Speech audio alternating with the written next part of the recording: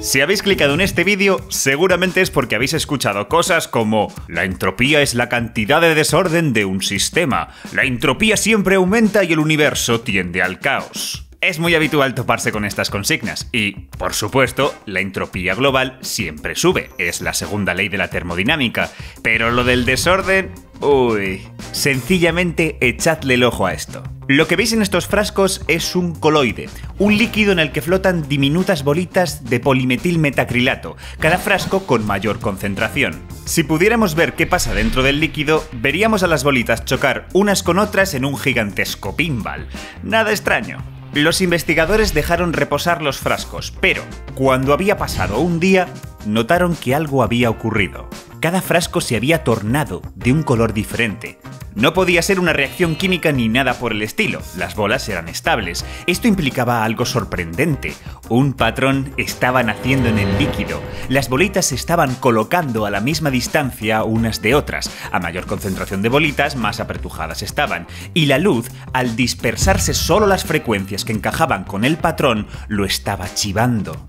A los días siguientes ya se había creado estructura. Podemos ver formas cristalinas y vidriosas aparecer dentro de los botes. Y podrías pensar que esto es simplemente deposición, que las bolas han ido cayendo al fondo del frasco y se han ido colocando correctamente. Pero fíjate en este bote, ese vidrio se ha formado arriba del frasco, desafiando la gravedad. Esto es flipante, sin ninguna fuerza, sin ninguna estimulación externa, con solo dejarlas a su bola unos días, el coloide se colocó en una estructura organizada, formó un cristal coloidal de esferas duras. Y esto también se puede simular. Metes una cantidad suficiente de bolas macizas en una caja, le das caña y si esperas el tiempo suficiente, puedes llegar a ver cómo ellas solitas pasan de un estado de rave a colocarse en un patrón. Del desorden al orden.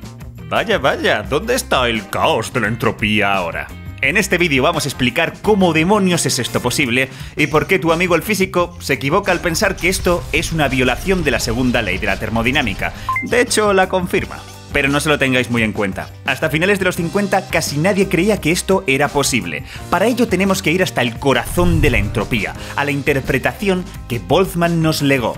Este vídeo es el primero de una colaboración con el IFIMAC, el Instituto de Física de la Materia Condensada, en la que hablaremos de la interesantísima y muchas veces olvidada ciencia detrás de los materiales. Y para empezar, vamos a cruzar el umbral que separa la termodinámica de la física estadística. Dejaremos de visualizar los sistemas como un todo y pasaremos a analizar los montones y pequeñísimos elementos que los forman. Y creo que, para revelar la identidad de la enigmática entropía, no hay mejor sistema que un imán. Los imanes tienen propiedades magnéticas porque están formados por imanes más pequeñitos, mini-imanes, digamos. Estos imancitos son realmente los átomos y las partículas que forman el material del imán, pero para no liarnos vamos a dejarlo en que son simplemente mini-imanes. Estos mini-imanes pueden apuntar hacia donde quieran, pero una vez más, para no complicar el asunto, vamos a suponer que solo tienen dos opciones. O apuntar hacia arriba o apuntar hacia abajo.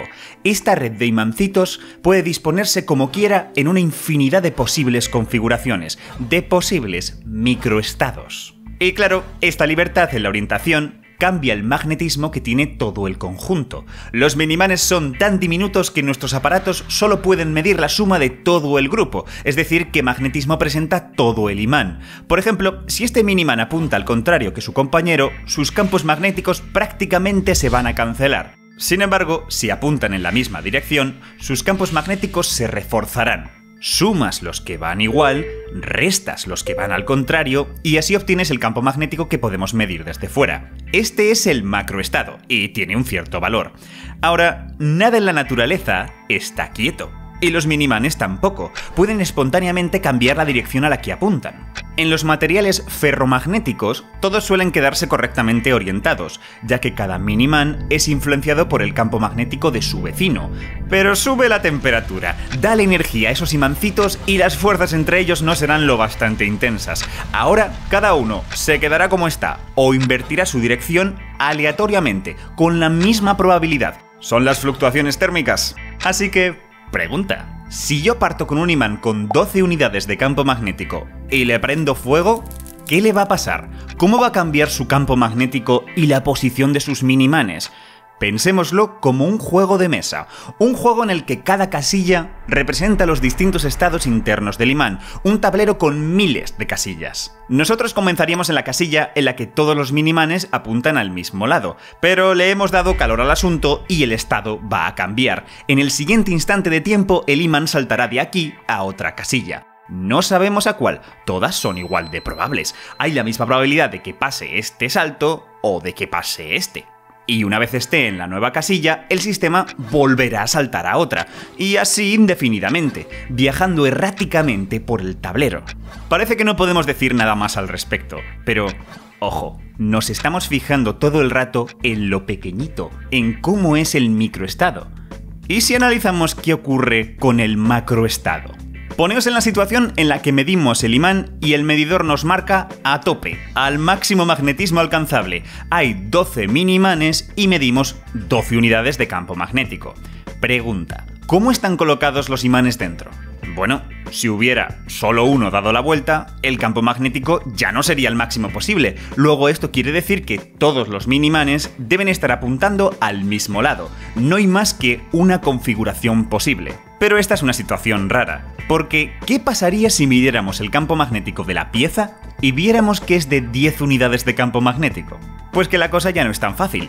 10 unidades quiere decir que uno de los mini-imanes está dado la vuelta y está cancelando otro. Ahora, ¿dónde está ese mini-imán invertido? Porque podría estar aquí, o aquí, o aquí, o aquí. Hay 12 microestados posibles que dan lugar al mismo macroestado. Y la cosa se complica si seguimos bajando. Si mido 8 unidades, eso quiere decir que hay 2 mini-imanes invertidos que podrían estar colocados así, así, así, así y muchas formas más. 66 en concreto. Hay 66 microestados que dan lugar a un macroestado de 8 unidades. Y el sumum de esto se lo lleva el macroestado con 0 unidades, en la que la mitad de los imanes está hacia arriba y la otra hacia abajo cancelándose. Hay montones de maneras de tener este 50-50, casi 1000 microestados. Vamos, que la tendencia es clara. Cuanto menor campo magnético detecto, mayor número de microestados encuentro. ¿Hay más formas de colocar los minimanes tal que el resultado sea como una simple piedra, frente a que sea algo que se pega a tu nevera? Y este hecho es esencial, solo tenemos que clasificar las casillas del juego. En esta tabla hay una sola casilla con 12 unidades de campo magnético, hay 12 casillas con 10 unidades, 66 con 8 y así sucesivamente. De esta manera obtenemos esta especie de pirámide y se puede ver que hay un comportamiento que se repite. Lo más seguro es que salte a los niveles inferiores y que normalmente no vuelva a subir. Tal vez un poquito, pero casi siempre se vuelve a bajar. Y esto es por una razón muy sencilla. Como saltar a cualquier casilla es igual de probable y hay chorrocientas casillas en la base de la pirámide, lo más seguro es que el salto se produzca hacia los niveles inferiores y no a los superiores.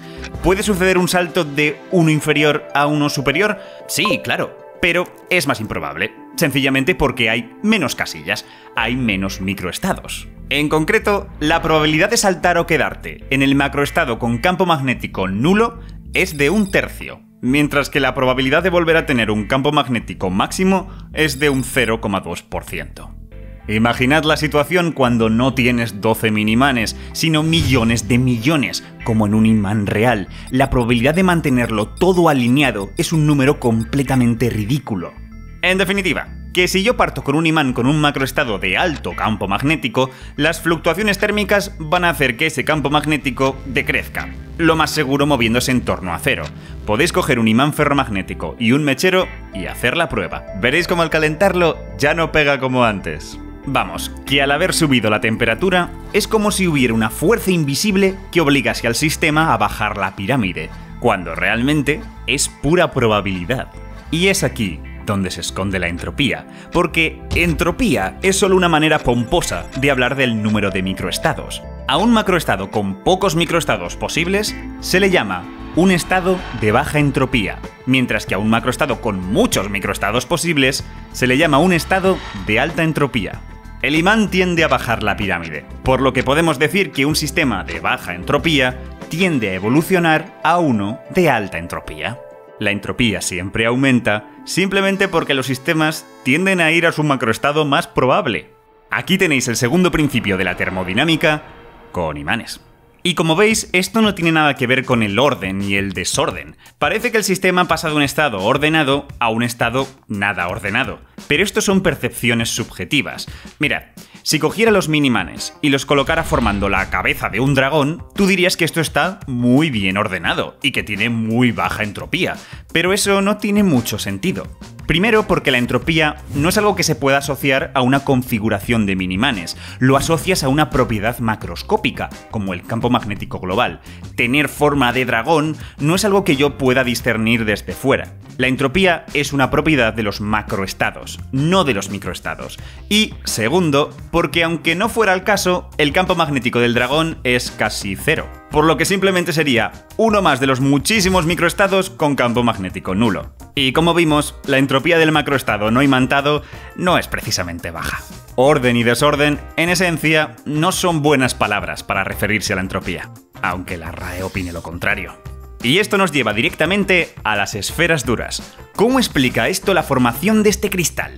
Bueno, pues todo lo anterior aplica. Los sistemas evolucionan hacia los macroestados que tienen mayor número de microestados. Entonces, ¿un cristal de esferas duras se crea porque al formarse aumenta el número de posiciones accesible por esfera? Esa era la clave, y llevó décadas a los físicos encontrarla. Vamos a pensarlo de esta manera.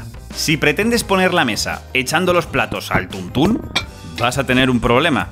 Lo más seguro que pase es que algunos platos no quepan, que haya huecos no lo suficientemente grandes y que tengas que quitarlos. Es cuando están todos los platos correctamente ordenados que todos pueden estar en la mesa. Es decir, que en este caso, el orden favorece que haya más elementos encima de la mesa, mayor espacio optimizado y más microestados con los que jugar. Esto es lo que pasa cuando pones muchas esferas duras en una caja. Si hubiera pocas, o al menos fueran como puntitos, no estaríamos hablando de esto. Estar organizadas en un patrón es algo mucho más improbable que estar puestas a lo random. Pero es que ahora estos puntitos tienen volumen, no permiten que otra bola se solape con ellas, se chocan. Lo que está eliminando muchos microestados en los que podríamos pensar. Por ejemplo, mirad ese hueco. Ahí apenas puede entrar otra esfera. Estos son microestados que se están perdiendo. Es cuando las esferas se organizan, cristalizan y optimizan el espacio a su alrededor, cuando el número de microestados estalla. Cuanto mayor sea el volumen al que puede acceder cada esfera sin chocarse con otra, mayor será el número de configuraciones posibles. Y eso se consigue con orden. Es decir, que si hacemos nuestro paisaje de posibilidades, vemos que en la cima tenemos al coloide desorganizado y en la base tenemos el cristal. El tiempo hace el resto. Una cristalización inducida solamente por la entropía, sin fuerzas ni energías de interacción. Es todo pura probabilidad. Pero en el mundo real, en otros sistemas, el azar no lo es todo. Hay interacciones y fuerzas que dominan su evolución, e empujan el sistema al macroestado al que debe estar. En otras palabras, maximizar la entropía no lo es todo. Minimizar su energía también es importante. Se podría decir que energía y entropía son las actrices que dominan el destino de todos nosotros, los sistemas complejos. Por eso, conocer en especial a la esquiva entropía va más allá de la pura curiosidad. Es fundamental para la vida, para empaquetar moléculas, como el ADN o las proteínas, para la formación espontánea de los virus, y no solo en coloides, sino incluso en cómo almacenar granos de arroz o trigo en los silos. Es por esto que en el Instituto de Física de la Materia Condensada, el IFIMAC, algunos científicos siguen muy de cerca este delicado juego estadístico para comprender cada vez mejor cómo se ordena esta materia blanda. En ocasiones para hacer mejores simulaciones. Puede que la solución a muchos misterios de la bioquímica ande por aquí. Pero, volviendo a la entropía, ojo, en toda esta interpretación de la segunda ley de la termodinámica hay una brecha. Un pequeño detalle que llevaría a que la segunda ley pueda incumplirse y que cosas inimaginables sean reales. Pero eso lo veremos en el próximo vídeo. Y ya sabes, si quieres más ciencia solo tienes que suscribirte. Y gracias por vernos.